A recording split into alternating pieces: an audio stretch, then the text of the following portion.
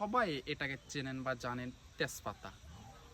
এই যে উপকার, এটির একটা যে ফ্লেভার আমরা বলে থাকি, এটা তেজপাতায় প্রচুর পরিমাণ পুষ্টিগুণ। অপরদিকে এই তেজপাতার যে কার্যকারিতা, এই কার্যকারিতা বলে শেষ করা যাবে না। আর এত পুষ্টি অথবা এত আর গুণাবলী আছে এই তেজপাতার গাছ।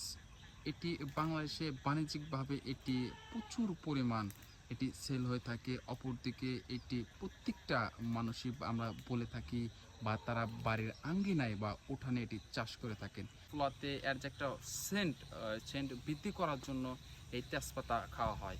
অপরদিকে যাদের আমরা বলে থাকি সর্দি, ঠান্ডা, কাশি এগুলো আছে, এগুলোর জন্য মহা ঔষধ বলা হয় এই তেজপাতার পাতাকে।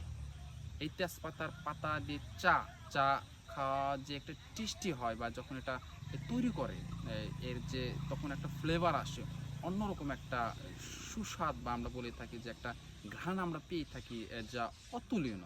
এর এই যে টেস্টি হয়ে থাকে চার, এর পরিপূর্ণতা এনে দেয় এই চা, আর যে একটা কার্যকারী পরিপূর্ণতা এনে দেয় এই তেজপাতার জন্য। এই ঠান্ডার আবার এবং কাশির জন্য এটি একটি মহা ওষুধ বলে থাকি, বা এটি একটি কার্যকারী পাতা, এটি একটি ওষুধ।